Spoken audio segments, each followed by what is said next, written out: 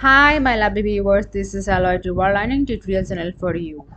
Today in this tutorial, I am going to show you performance settings on in Mozilla Firefox browser. So for this case, I will open the Mozilla Firefox that I have been pinned in my taskbar. Click here and go to the three bar icon. In this icon, we will select it or we will enter the settings option. In the front page general, the thing has been found it. So scrolling below and the thing Firefox update, then performance. So in performance, so I want which one, use performance, use recommended performance settings option. So I will click this.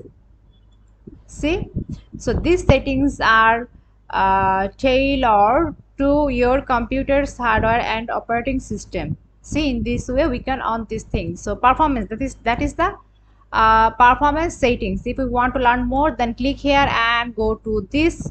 What about we want to know, here the description has been given in this page. So in this way we can do this or on this thing. So thank you so much for watching this video. Please subscribe this channel. Hopefully this tutorial will help you so much.